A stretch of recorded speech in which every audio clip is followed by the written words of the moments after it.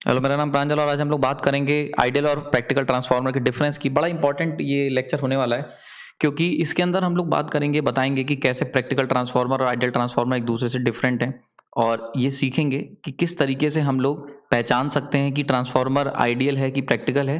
Plus बड़ा important कि अगर आइडियल है तो फिर हमें उसकी ज़रूरत क्यों पड़ी, क्यों हम लोग आइडियल ट्रांसफार्मर की स्टडी करते हैं और कैसे आइडियल ट्रांसफार्मर जो है वो प्रैक्टिकल ट्रांसफार्मर की स्टडी करने में हेल्पफुल करते हैं, क्या क्या कंडीशंस होती हैं, कौन कौन से डिफरेंसेस होते हैं। ये इसलिए इंपॉर्टेंट भी हो जाता है क्योंकि जब आप फेजर डायग्राम बनाओगे, जब आप इक्विवेलेंट सर्किट ड्रॉ करते हो तो वहां पे ये चीजें बड़ा इंपॉर्टेंट रोल प्ले करती हैं। चलिए शुरू करते हैं।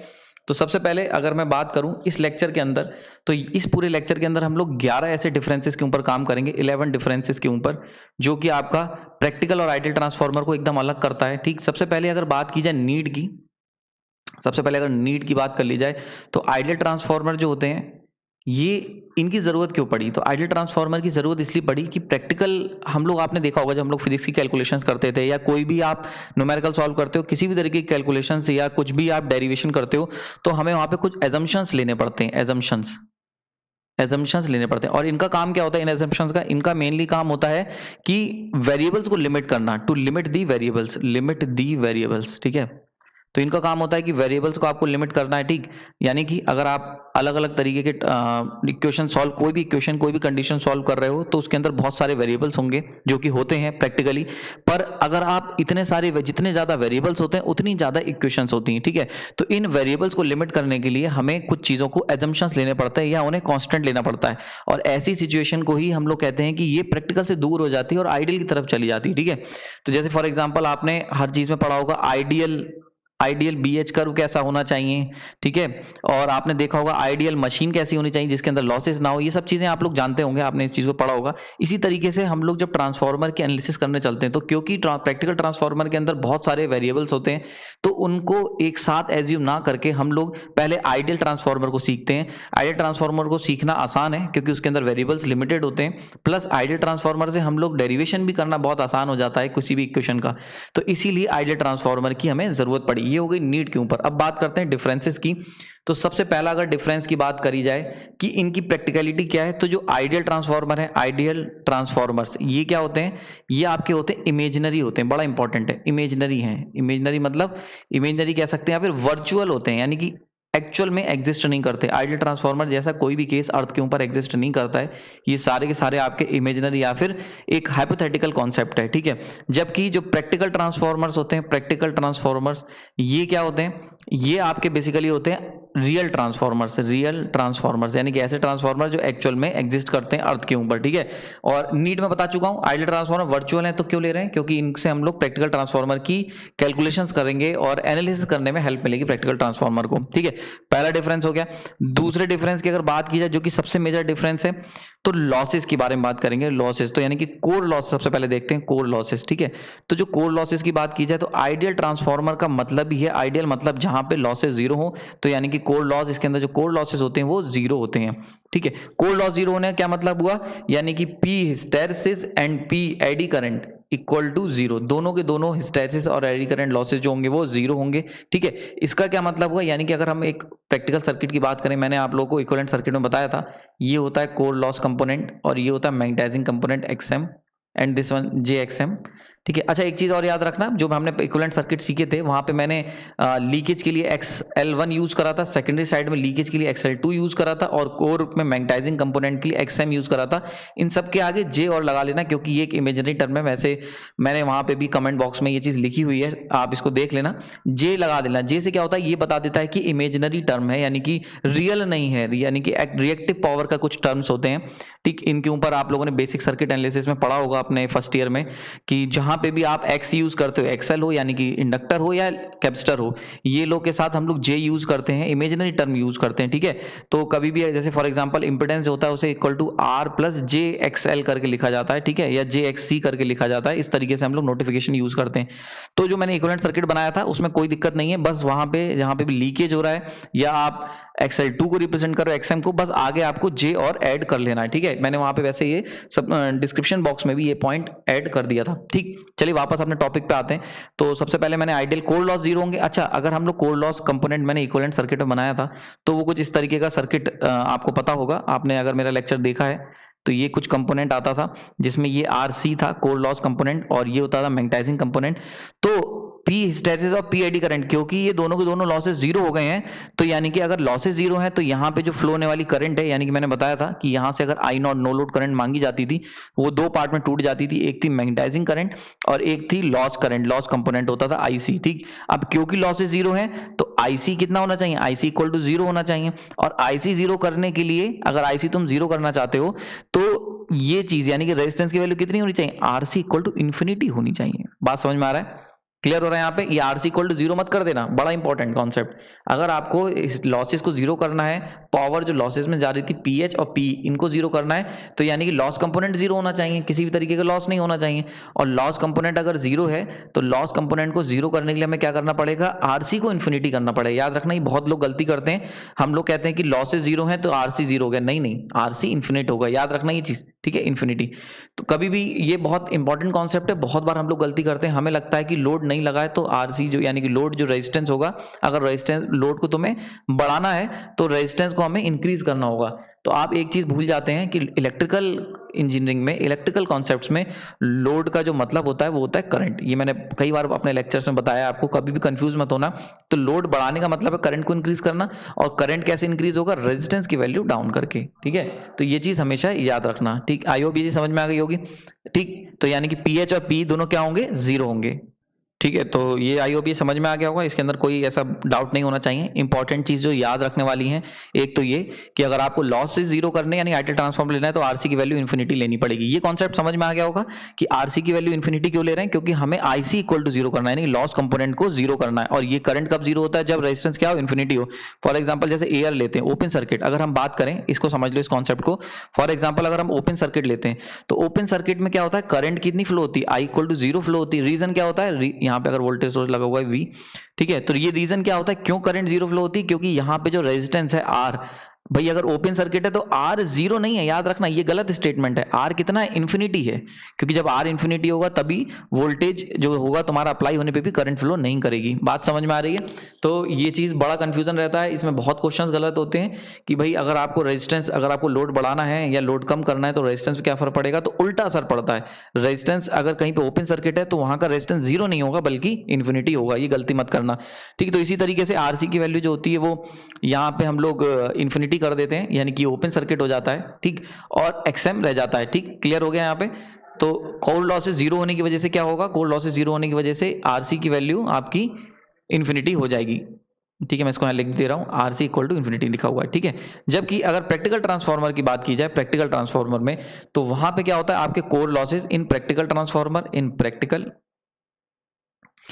ट्रांसफार्मर में कोर लॉसेस होते हैं, तभी तो प्रैक्टिकल है, क्योंकि लॉसेस हो रहे हैं, कोर लॉसेस होते हैं। कोर लॉसेस कौन कौन से, पीएच भी होता है, पीई भी होता है, इनको मैंने इक्विवेलेंट सर्किट में बता दिया है तुम्हें। तो पीएच पीई होंगे, और आरसी जो होगा वो नॉट इक्वल टू इन्फिनिटी, यानी कि आरसी इन्फिनिटी नहीं होगा, एक फाइनाइट वैल्यू होगी। क्लियर हो गया यहाँ पे? जितनी कम आरसी की वैल्यू होगी, याद रखना, जितनी कम आरसी की वैल्यू होगी उतना ज्यादा आईसी करंट फ्लो करेगा, और जितना ज्यादा आईसी करंट फ्लो करेगा उतना ज्यादा पी है एडी और पी हिस्टैरिसीस लॉसेस होंगे। ये चीज हमेशा याद रखना, यानी कि अगर आरसी की वैल्यू जीरो कर दोगे तो सारा का सारा करंट जो होगा शॉर्ट सर्किट होने के कारण पूरा का पूरा करंट कंपोनेंट लॉसेस में चला जाएगा, यानी कि लॉसेस बहुत ज्यादा बढ़ जाएंगे। तो जितना कम आरसी की वैल्यू उतना ज्यादा लॉस कंपोनेंट और उतना ज्यादा एडी और हिस्टैरिसीस लॉसेस। क्लियर हो गया? ये चीज समझ में आ गई होगी। नाउ आगे चलते हैं, ये चीज क्लियर हो गई। नेक्स्ट ये हो गए दो पॉइंट हम लोगों ने डिस्कस करे थे। नाउ थर्ड पॉइंट पे आते हैं। थर्ड पॉइंट, तीसरा डिफरेंस। तो सबसे पहले अगर बात की जाए प्रैक्टिकल ट्रांसफार्मर की, प्रैक्टिकल में तो मैंने बताया था आपको प्रैक्टिकल ट्रांसफार्मर में वाइंडिंग लॉसेस की हम लोग बात करेंगे दो पॉइंट्स में, अगले दो पॉइंट में वाइंडिंग लॉसेस, ठीक है। तो अगर बात की जाए कहीं पे भी अगर हम लोग वाइंडिंग करते हैं तो क्योंकि ये किसके बना होता है, ये कॉपर का बना होता है, और हम कहते हैं कि कॉपर के अंदर कितना भी कम हो पर कुछ तो रेजिस्टेंस होगा ही। तो इसको मैंने R1 और R2 के नाम से इक्विवेलेंट सर्किट में बनाया था, आपने देखा होगा, नहीं देखा है तो लेक्चर रिवाइज कर सकते हो। तो R1 और R2 के नाम से मैंने इसको ऑलरेडी लेक्चर में बताया हुआ है। तो यानी कि रेजिस्टेंस R1 और R2 ओमिक रेजिस्टेंस किसके होते हैं, वाइंडिंग के रेजिस्टेंस होते हैं। ये होता है primary winding, for example this one is the transformer, और ये उसकी प्राइमरी वाइंडिंग है, ये उसकी सेकेंडरी वाइंडिंग है, प्राइमरी सेकेंडरी। तो यहाँ जो वाइंडिंग होगी इसके अंदर जो इसका जो ओमिक रेजिस्टेंस होगा वो होगा R1, और ये जो वाइंडिंग है इसका ओमिक रेजिस्टेंस होगा R2। तो ये जो ओमिक रेजिस्टेंस है इनके, तो इससे क्या होगा, यहाँ पे कुछ ये वोल्टेज ड्रॉप करवाएंगे, यानी कि सीधी सी बात है, जब आप वोल्टेज भेजोगे तो ओमिक रेजिस्टेंस के कारण कुछ एनर्जी भी लॉस होगी, लॉस, और इसको हम लोग क्या कहते हैं, copper losses. Copper losses. Clear हो रहा है? तो ये जो ओमिक रेजिस्टेंस के कारण जो पावर लॉस होती है उसे हम लोग पावर लॉस को कॉपर लॉस कहते हैं, कॉपर लॉसेस। और ये आपको मैं बता चुका हूं, ये आई स्क्वायर आर होती है, R1 कर लो, I1 R1 स्क्वायर, ठीक है, I1 स्क्वायर R1। और अगर हम बात करते हैं सेकेंडरी साइड की तो वहां पे I2 स्क्वायर R1, ठीक है, ये करंट सॉरी R2। तो ये जो होगा ये क्या होगा, कॉपर लॉसेस होंगे जो प्रैक्टिकल में होंगे ना। अगर बात की जाए आइडियल केस की, इसी के अंदर नेक्स्ट केस मतलब इसी का पार्ट 2, यानी कि आइडियल केस में अगर बात की जाए आइडियल, तो आइडियल केस में हम ये मान के चलते हैं कि जो भी तुम वाइंडिंग ले रहे हो उसके अंदर किसी भी तरीके का रेजिस्टेंस नहीं है, यानी कि R1, R2 इक्वल टू 0। ये बड़ा इंपॉर्टेंट है, यानी कि वाइंडिंग के अंदर किसी भी तरीके का ओमिक वोल्टेज ड्रॉप नहीं हो रहा है, ना ही ओमिक लॉसेज हो रहे हैं। तो ओमिक वी ड्रॉप ओमिक ये भी 0 होते हैं और पी कॉपर लॉस भी 0 होते हैं। क्लियर हो गया? यानी कि क्यों? क्योंकि R1 R2 0 है तो I स्क्वायर R1 भी 0 होगा और IR1 भी 0 होगा। तो इसीलिए क्या होता है, किसी भी तरीके के ओमिक लॉसेस नहीं होते। तो इसके अंदर यानी कि आइडियल ट्रांसफार्मर के अंदर किसी भी तरीके की हीटिंग के लॉसेस नहीं होते, क्योंकि मैंने आपको बताया है जब भी हीटिंग होती है तो उसको हम लोग रेजिस्टेंस से रिप्रेजेंट करते हैं। तो वाइंडिंग के अंदर किसी भी तरीके का यहाँ पे ओमिक ड्रॉप नहीं होगा। हम ये मान के चलेंगे कि वाइंडिंग के लिए जो वायर यूज कर रहे हैं वो एकदम परफेक्ट वायर है, उसका रेजिस्टेंस 0 है, ठीक है।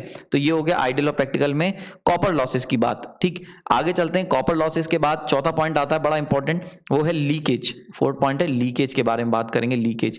तो देखो हमने ये बताया था, मैंने आप लोगों को जब ट्रांसफार्मर पढ़ाया था तो मैंने ये चीज मैकेनिज्म में भी बताई थी, अप्रॉक्सीमेट सर्किट में भी, कि अगर ये ट्रांसफार्मर है और इसके ऊपर हमने वाइंडिंग की हुई है इस तरीके से, ठीक है, ठीक, प्राइमरी सेकेंडरी, तो मैंने बताया था कुछ फ्लक्स तो होगा वो इस तरीके से लिंक अप करेगा, इसको मैंने नाम दिया था φm, यूजफुल फ्लक्स था, ठीक है। और कुछ फ्लक्स जो होगा वो क्या होगा, लीक करेगा, यानी कि वाया एयर अपना पाथ पूरा करेगा दोनों तरफ, दोनों तरफ, ठीक है।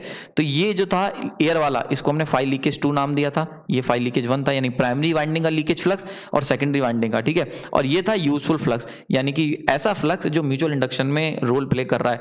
तो ये हो गया leakage flux of primary, leakage flux of secondary, ये सब चीजें हम लोगों ने लेक्चर में डिस्कस करी थी। इसको मैंने बताया था रिप्रेजेंट किससे करते हैं, XL1 J से, और इसको रिप्रेजेंट कर देंगे JXL2 से, ठीक है, और इसको रिप्रेजेंट करते हैं JXM से। ये मैंने चीजें सारी क्लियर कर दी थी, बताया था मैंने आपको। अब यहाँ पे बात आ रही है कि ये जो पर्टिकुलर लीकेज था इसकी वजह से ड्रॉप होता था, ये हो गई प्रैक्टिकल में, यानी कि ये हो गया प्रैक्टिकल ट्रांसफार्मर, ये हो गया आपका प्रैक्टिकल ट्रांसफार्मर। लेकिन जब तुम आइडियल में पहुंचते हो, यानी कि अगर आइडियल की बात की जाए तो आइडियल के अंदर किसी भी तरीके का लीकेज नहीं होगा, यानी कि अगर आइडियल ट्रांसफार्मर अगर हम लोग बना लेते हैं, बनाने में सक्षम होते हैं, ठीक है, ये वाइंडिंग प्राइमरी, ये सेकेंडरी वाइंडिंग, तो भाई ऐसे में क्या होगा, सारा का सारा फ्लक्स जो होगा वो यहाँ पे फ्लो करेगा, ठीक है। तो अगर इसको जरा समझ लेते हैं, अगर फॉर एग्जाम्पल हमारा जो नेट कंटेंट है फ्लक्स का वो है फाई, ठीक है, और फाई इक्वल टू है phi leakage plus phi useful, ठीक, क्लियर हो गया। तो इस केस में क्या होगा, फाई जो टोटल होगा वो इक्वल टू होगा फाई एम, यानी कि सारा का सारा फ्लक्स जो होगा वो इस फेरोमैग्नेटिक या सीआरजीओ कोर के अंदर, सिलिकॉन स्टील की जो कोर है इसके अंदर फ्लो करेगा, कोई भी लीकेज नहीं होगा, यानी कि phi L1 equal to 0 equal to phi L2, यानी कि दोनों के दोनों लीकेज जो है L1 और L2 के ये क्या होंगे, 0 होंगे। और अगर ये 0 है तो XL1 XL2 ये दोनों भी 0 हो जाएंगे, क्योंकि यही तो लीकेज को रिप्रेजेंट करते हैं, लीकेज की वजह से, तो लीकेज को क्योंकि रिप्रेजेंट कर रहे थे ये भी 0 हो जाएंगे और किसी भी तरीके का यहाँ पे लीकेज नहीं होगा, ठीक है। टोटल का टोटल जितना भी यूज फ्लक्स है वो सारा का सारा यूजफुल में काउंट होगा, किसी भी तरीके का फ्लक्स लीक नहीं हो रहा है। क्लियर हो गया यहाँ पे? तो आई होप आपको ये चीज समझ में आ गई। चौथा पॉइंट बड़ा इंपॉर्टेंट था, ठीक। पांचवा पॉइंट पे आ जाते हैं, फिफ्थ पॉइंट, ठीक है। अब भाई देखो, अगर हम बात करें प्रैक्टिकल की, प्रैक्टिकल ट्रांसफार्मर की, तो प्रैक्टिकल के अंदर हमने सीखा था कि भाई जब हम लोग यहाँ पे वोल्टेज V1 देते थे तो एक कॉपर वाइंडिंग के रेजिस्टेंस के कारण, ओमिक रेजिस्टेंस R1 के कारण वोल्टेज ड्रॉप होता था, और एक JXL1 लीकेज जो प्राइमरी में हो रहा है वहां से ड्रॉप हो जाता था वोल्टेज, और बचा हुआ वोल्टेज जो होता था ये आगे कोर होती थी आपकी, और यहाँ पे पहुंचता था E1। याद होगा आपको, ये हमने डिस्कस करा था इक्विवेलेंट सर्किट में। तो ये यहाँ पे जो वोल्टेज ड्रॉप होता था इस पर्टिकुलर पॉइंट पे, ये इसे हम कहते थे ohmic voltage drop, ohmic voltage drop होता था यहाँ पे। और यहाँ पे कौन सा वोल्टेज ड्रॉप होता था, यहाँ होता था leakage voltage drop, leakage drop, और जो बचा कुचा होता था वो यहाँ पहुंचता था। तो अगर इसकी इक्वेशन लिखें तो E1 जो होता था वो इक्वल टू V1 माइनस का ओमिक ड्रॉप, ओमिक ड्रॉप और minus leakage drop, leakage drop. एक चीज याद रखना, मैंने पुराने लेक्चर में आपको बताई थी, वोल्टेज हमेशा वोल्टेज के साथ ही ऐड अप और सब्ट्रैक्ट होंगे, और करंट हमेशा करंट के साथ, रेजिस्टेंस हमेशा रेजिस्टेंस के साथ, ठीक है। तो ये देखो वोल्टेज है, ये भी वोल्टेज है। ओमिक ड्रॉप को हम लोग क्या लिखते हैं, आपको मैंने बताया है सेकंड पार्ट में इक्विवेलेंट सर्किट के, I1 इंटू R1, और इसको क्या लिखते हैं, इसको हम लोग लिखते हैं J into I1 into XL1, ये चीज मैंने बताई हुई है, ठीक है। तो बस उसको मैंने लिखने का तरीका है, ठीक। ये हो गया प्रैक्टिकल सर्किट में। लेकिन जब हम लोग आइडियल में आ जाते हैं, अगर हम यहीं पे अब आइडियल सर्किट पे आ जाएं, आइडियल सर्किट पे आ जाएं, तो आइडियल सर्किट में मैंने बताया था कि किसी भी तरीके के, यानी कि R1 इक्वल टू 0 है, किसी भी तरीके के वाइंडिंग में ओमिक लॉस नहीं होंगे, और XL1 भी 0 होगा, इसी तरीके से R2 भी 0 होगा और XL2 भी 0 होगा। तो अगर ऐसा है तो E1 इक्वल टू कितना हो जाएगा, V1 हो जाएगा, और E2 इक्वल टू हो जाएगा V2। बात समझ में आ रही है? बड़ा इंपॉर्टेंट, ठीक है। तो यानी कि आइडियल केसेस में क्योंकि कोई वोल्टेज ड्रॉप नहीं है, तो जितना वोल्टेज दोगे उतना तुम्हारा प्राइमरी वोल्टेज जो तुम दोगे वो तुम्हारा इंडक्शन पे सेल्फ इंड्यूस होगा, और इसी तरीके से सेकेंडरी में इंड्यूस होने वाला, यानी कि म्यूचुअल इंड्यूस वोल्टेज किसके बराबर होगा, टर्मिनल वोल्टेज के बराबर हो जाएगा, टर्मिनल वोल्टेज। और ये क्या होगा, सेल्फ इंड्यूस वोल्टेज होगा, वो किसके बराबर हो जाएगा, सप्लाई वोल्टेज के बराबर हो जाएगा, ठीक है। ये चीज क्लियर होनी चाहिए, कोई इसमें डाउट नहीं होना चाहिए। बहुत सिंपल सा कॉन्सेप्ट है, अभी तक जो हमने सीखा है स्टेप बाय स्टेप उसी का यहाँ पे यूज हो रहा है। क्लियर हो गया यहाँ पे? तो ये चीज क्लियर हो गई यहाँ पे, इसमें कोई डाउट नहीं होना चाहिए। अच्छा, अगर E1 और V1 सब बराबर है तो भाई ऐसे में क्या वोल्टेज रेशियो पे क्या फर्क पड़ेगा, तो 6 पॉइंट पे आ जाते हैं, 6th पॉइंट, ठीक है। वोल्टेज रेशियो पे क्या फर्क पड़ेगा, तो देखो क्योंकि V1 इक्वल टू E1 है, तो हम जानते हैं क्या होता है, E2 by E1 equal to होता है N2 बाई N1 होता है। और अगर क्योंकि E2 V2 के बराबर है और E1 V1 के, अभी हमने पुराने वाले पॉइंट में देखा था, तो इसलिए यहाँ पे क्या हो जाएगा, V2 बाई V1। बड़ा इंपॉर्टेंट, ये हो जाता है तुम्हारा आइडियल केस में, आइडियल। और प्रैक्टिकल केस में क्या होता था, प्रैक्टिकल केस में E2 by E1 equal to N2 by N1, ठीक है। ये होता था तुम्हारा प्रैक्टिकल केस में, यानी कि प्रैक्टिकल केसेस में। और आइडियल केसेस में क्या होगा, जो रेशियो होगा वो किसके बराबर हो जाएगा, V2 बाई V1 के बराबर, क्योंकि किसी भी तरीके का वोल्टेज ड्रॉप नहीं हो रहा है, ठीक है। ये चीज समझ में आ गई होगी। तो ये 6 पॉइंट हो गए, यानी कि 6 डिफरेंसेस अभी तक हम लोग कर चुके हैं, और आई होप इसमें किसी भी तरीके का डाउट नहीं होना चाहिए, बहुत अच्छे से हम लोग सीख के चल रहे हैं, ठीक है। एक और इंपॉर्टेंट पॉइंट आता है यहाँ पे लॉसेस से रिलेटेड, यानी कि 7th पॉइंट पे देखते हैं, बड़ा इंपॉर्टेंट पॉइंट है 7th पॉइंट, लॉसेस से रिलेटेड। वापस से हम लोग लॉसेस पे एक बार दोबारा से मैं आपको ले जा रहा हूं। तो देखो लॉसेस के अंदर हमने देखा था कोर लॉसेस के ऊपर, जरा देखते हैं, नजर डालते हैं कोर लॉसेस के ऊपर। अगर हम बात करें तो जो प्रैक्टिकल आइडियल, ये मैंने आपको BH कर्व मैंने बताया था, हिस्टेरेसिस लॉसेस हमने डिटेल में लेक्चर डिटेल डिस्कस करा था, हिस्टेरेसिस लॉसेस। इसके अंदर हमने सीखा था कि जो BH कर्व होता है तुम्हारा, प्रैक्टिकली BH कर्व कैसा होता है, प्रैक्टिकली BH कर्व ये होता है कुछ इस तरीके का, ठीक है। और ये होगा तुम्हारा प्रैक्टिकल, ठीक है। और एक होता है आइडियल BH कर्व क्या होता है, इस तरीके का कुछ समथिंग होता है, ठीक है। तो आइडियल BH कर्व ये हो गया आइडियल BH कर्व। अब आइडियल कैसा है, आइडियल BH कर्व होता है लीनियर होता है, यानी कि जैसे जैसे तुम H को बढ़ाओगे वैसे वैसे B भी बढ़ता चला जाएगा। लेकिन प्रैक्टिकल जो BH कर्व होता है उसमें वो क्या होता है, नॉन लीनियर होता है। प्रैक्टिकल क्या होता है, नॉन लीनियर।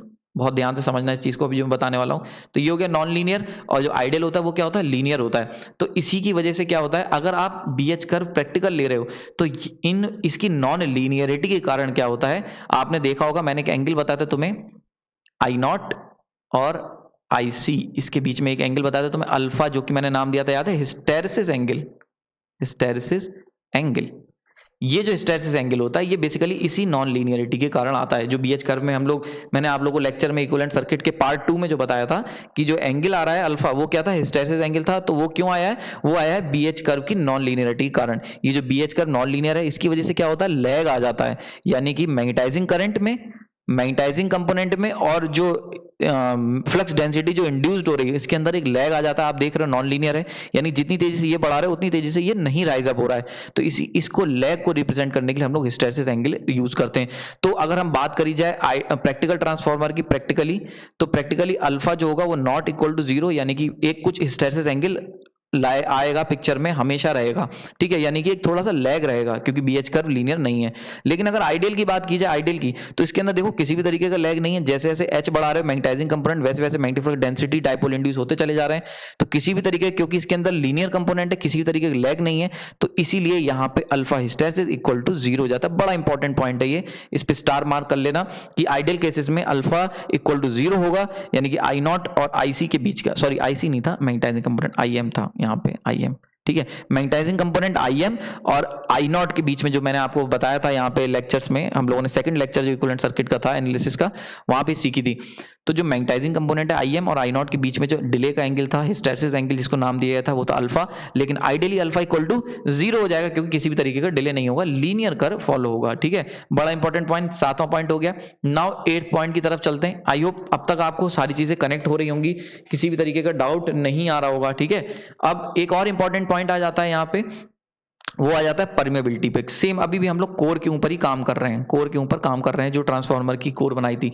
तो प्रैक्टिकल ट्रांसफार्मर की अगर बात की जाए, प्रैक्टिकल ट्रांसफार्मर की, तो उसके अंदर जो कोर होती है, यानी कि अगर आप कोर बनाते थे तो हमें क्या करना है, अगर इस कोर को मुझे मैग्नेटाइज करना है, इसके अंदर फ्लक्स बनाना है, तो हमें क्या करना है, इस कोर की परमेबिलिटी एक टर्म होती है, ठीक है, परमियाबिलिटी। परमियाबिलिटी ये बताती है कि कितनी एनर्जी आपको, कितना एमएमएफ देना पड़ेगा सर्टेन फ्लक्स को एक कोर के अंदर सेटअप करने के लिए। बात समझ में आ रही? तो यानी कि अगर आपको एक कोर के अंदर फ्लक्स सेटअप करना है तो वो कितना ताकत तुम्हें, यानी कितना एनर्जी देनी पड़ेगी, कितना मैग्नेटाइजिंग करंट लगेगा इस कोर को, फ्लक्स को सेटअप करने के लिए, वो डिपेंड करता है परमिबिलिटी पे। अगर जनरली जो प्रैक्टिकल ट्रांसफार्मर होते हैं उनकी परमिबिलिटी बहुत हाई रखी जाती है, पर हाई ही होती है, इन्फानाइट नहीं होती। तो इसीलिए क्या होता है, एक सर्टेन अमाउंट का मैग्नेटाइजिंग करंट जरूरत पड़ती है।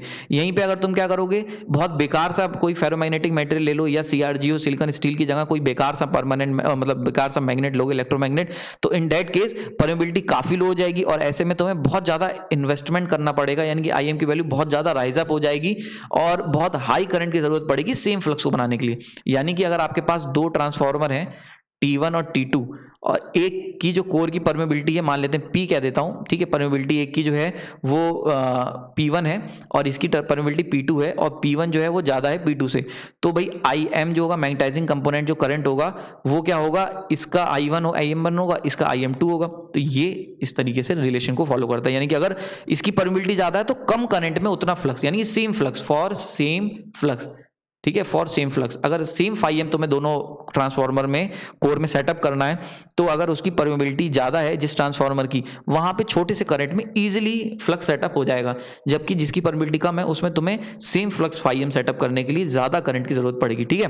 तो भाई प्रैक्टिकल ट्रांसफार्मर में परमेबिलिटी अच्छी होती है, पर बहुत ज्यादा नहीं होती, एक लिमिट में होती है, अच्छी होती है, तो प्रैक्टिकली जैसे हो सकती है। तो इसीलिए हमें मैग्नेटाइजिंग करंट की जरूरत पड़ती है, और इसीलिए मैंने यहाँ पे कंपोनेंट आपको बनाया था, एक IM जो बनाते हैं मैग्नेटाइजिंग करंट, ये जरूरत पड़ती है, ठीक है, हाई क्वांटिटी में। लेकिन अगर बात करी जाए आइडियल ट्रांसफार्मर की, आइडियल क्योंकि आइडियल है, तो आइडियल में हम लोग क्या करेंगे, हम ये मान के चलते हैं कि जो इसके अंदर कोर है उसकी जो परमेबिलिटी है वो कितनी ले लेते हैं, इनफाइनाइट ले लेते हैं। इनफाइनाइट मतलब बहुत ही ज्यादा इनफाइनाइट हम लोगों ने लिया हुआ है। तो इतनी अच्छी कोर, यानी कि एकदम आइडियल कोर, क्योंकि ना भाई नाम भी है आइडियल ट्रांसफार्मर, तो आइडियल कोर का मतलब क्या हुआ, परमेबिलिटी हम लोग इनफाइनाइट ले लेते हैं। और अगर आपने इन्फिनिटी परमेबिलिटी ले ली, तो IM जो है, यानी मैग्नेटाइजिंग करंट, यानी कि इस पर्टिकुलर आइडियल ट्रांसफार्मर की कोर को अगर मुझे मैग्नेटाइज करना है, यानी इसके अंदर अगर फ्लक्स सेटअप करना है φm, तो इस फ्लक्स सेटअप करने के लिए जो मुझे करंट की जरूरत पड़ेगी, भाई फ्लक्स कहां से आता है, MMF से आता है। MMF equal to N into I equal to S into phi, ये आप लोगों ने पढ़ा होगा, ठीक है। तो यानी कि इस पर्टिकुलर फ्लक्स को सेटअप करने के लिए पर्टिकुलर अमाउंट की करंट चाहिए। तो अगर आपकी परमिबिलिटी इनफाइनाइट है, तो IM जो है ऑलमोस्ट इक्वल टू 0, यानी कि लगभग लगभग ना के बराबर करंट की जरूरत पड़ेगी, और पूरा φm फ्लक्स सेटअप हो जाएगा। तो अगर किसी कोर की परमिबिलिटी इनफाइनाइट हो जाती है, जैसे कि आइडियल है, तो ऐसे केस में आपको उसको मैग्नेटाइज करने में जो करंट की देनी पड़ेगी, वो बहुत ही नेग्लिजिबल अमाउंट की करंट देनी पड़ेगी, ठीक है।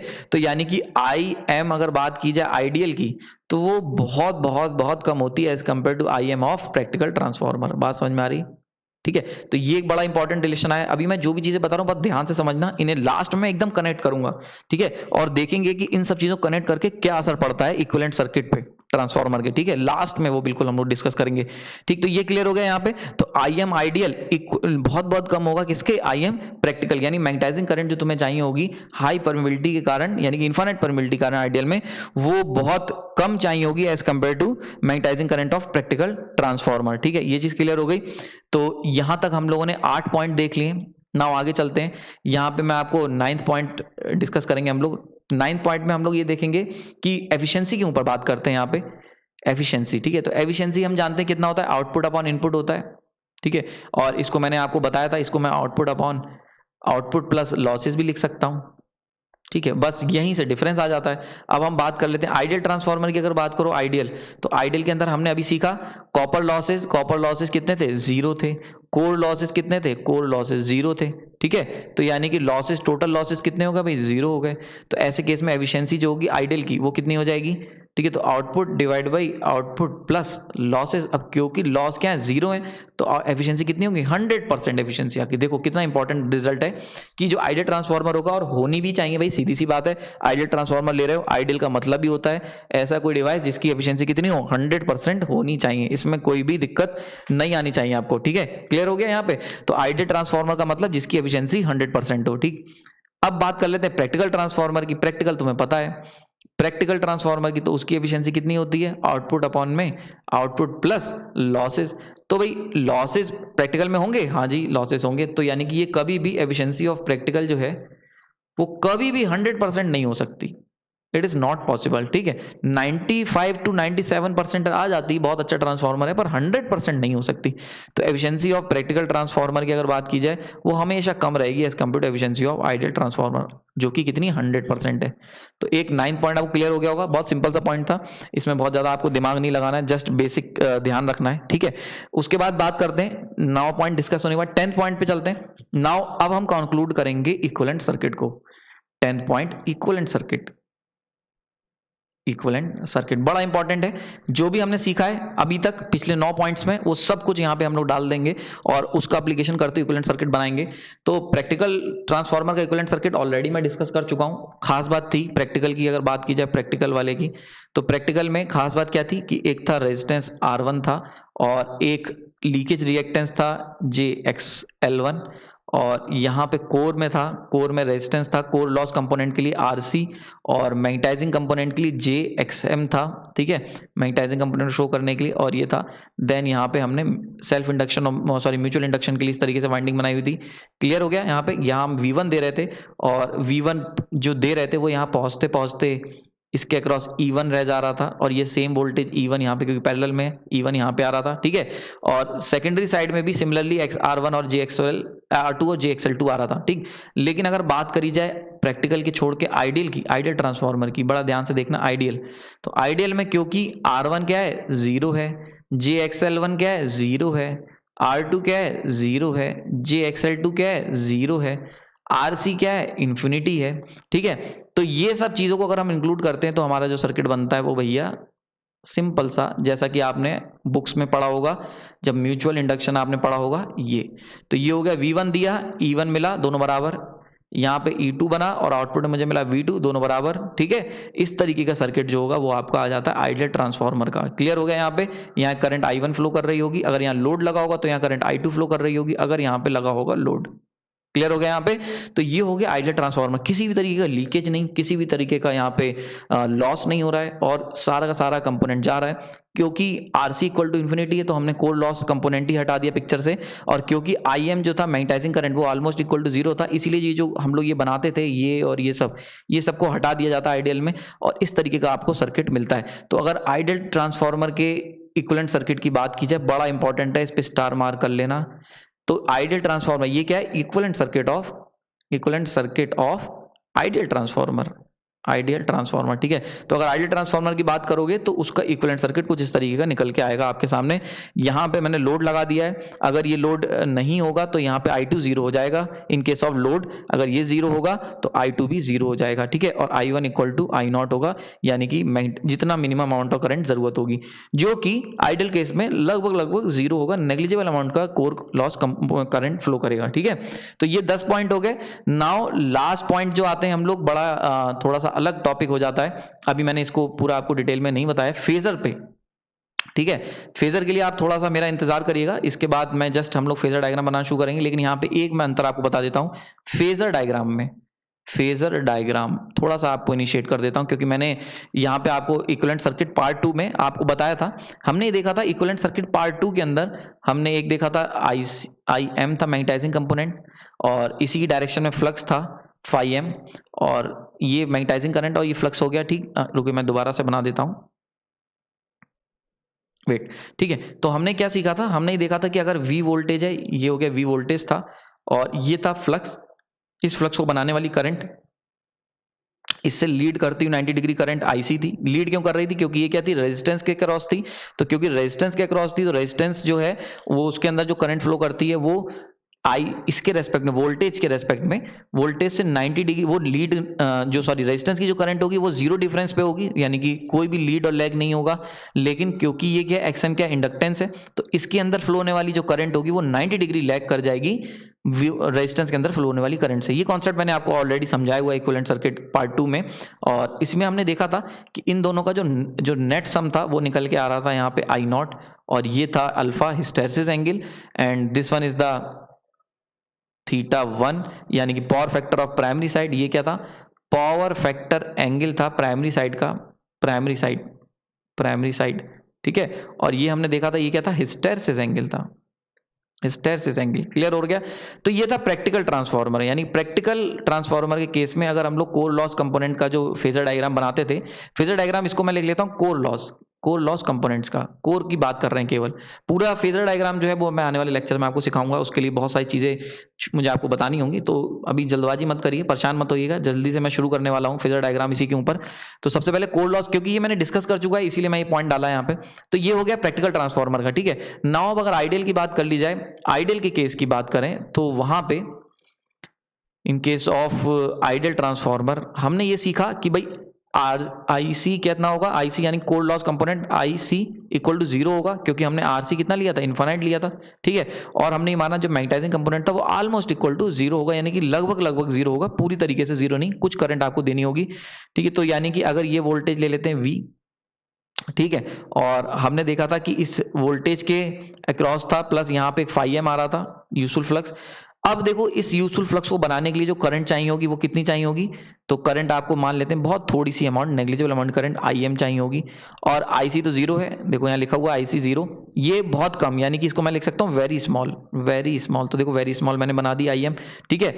और क्योंकि ये दोनों में से एक करंट 0 है, तो जो नो लोड करंट होगी, नो लोड करंट वो किस डायरेक्शन में फ्लो करेगी भाई, वो BC डायरेक्शन में, यानी कि IM equal to I no load.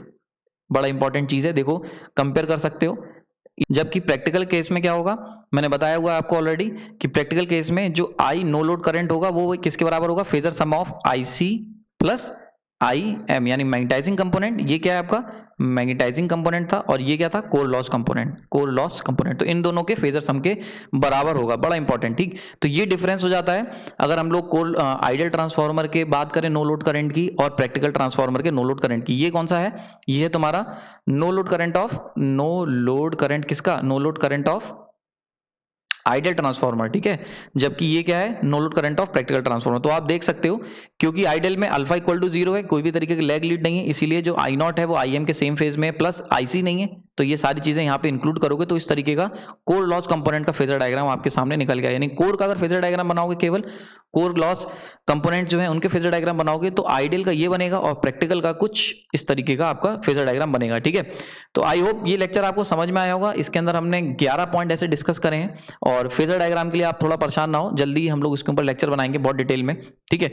तो इसके अंदर बेसिकली हमने 11 पॉइंट डिस्कस करें, उसको कंक्लूड कर लेता हूँ, यानी कि 11 दूसरे कलर से लेते हैं, 11 differences of ideal versus practical जो हमने यहाँ पे डिस्कस करे, उसको एक बार मैं कंक्लूड कर लेता हूँ, ठीक है, और आपके लिए माइंड मैप तैयार हो जाएगा। तो सबसे पहले हमने बात करी यहाँ पे प्रैक्टिकलिटी की, तो ये आइडियल जो होगा, आइडियल, और हमने बताया आइडियल क्या होते हैं, वर्चुअल ट्रांसफार्मर होते हैं, यानी रियल में एग्जिस्ट नहीं करते, केवल इनको कैलकुलेशन ईजी करने के लिए यूज करा जाता है।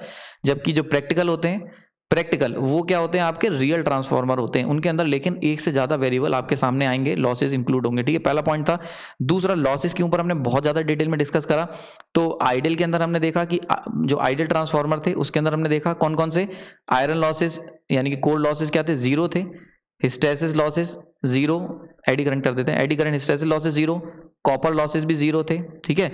जबकि प्रैक्टिकल के अंदर ये सारे के सारे नॉन 0 थे, ठीक। और हमने क्या सीखा इसके अंदर, प्लस अल्फा जो था वो 0 था, ठीक है, ये चीज हमने सीखी थी। तो ठीक, तो पहला पॉइंट ये था, दूसरा, तीसरा, चौथा, ये हमने 3-4 पॉइंट यहाँ पे कवर करे थे, ठीक है। उसके बाद हमने एक चीज और सीखी कि अगर हम लोग बात करें इसी वजह से, क्योंकि लॉसेज जीरो होते हैं आइडियल में, तो इसी जुड़ा हुआ पॉइंट था। एफिशिएंसी जो थी वो कितनी आई थी, 100% आ गई थी आइडियल ट्रांसफार्मर की, जबकि प्रैक्टिकल ट्रांसफार्मर की एफिशिएंसी क्या थी, 100 से कम थी। ठीक है, और क्योंकि लॉसेज नहीं थे तो इसी वजह से हमने फेजर डायग्राम सीखा। फेजर डायग्राम में देखा कि हमारा जो कंपोनेंट था वो कुछ इस तरीके का बना था, केवल एक सिंगल कंपोनेंट आएगा आइडियल में, जबकि प्रैक्टिकल के केस में हमने देखा था कि एक IM और IC आता है और ये होता है I0। क्लियर हो गया, ये सारी चीजें हमने सीखी। प्लस हमने इक्विवेलेंट सर्किट सीखा, इक्विवेलेंट सर्किट भी देखा हमने। इक्विवेलेंट सर्किट में हमने देखा कि सिंपली अगर ऐसे बना दोगे, ये जो सर्किट होता है ये होता है V1 IE1 और E2 और V2, ये सारी चीजें बराबर होती हैं। यहीं से हमने एक चीज और सीखी कि V1 इक्वल टू E1 और V2 इक्वल टू E2 होगा।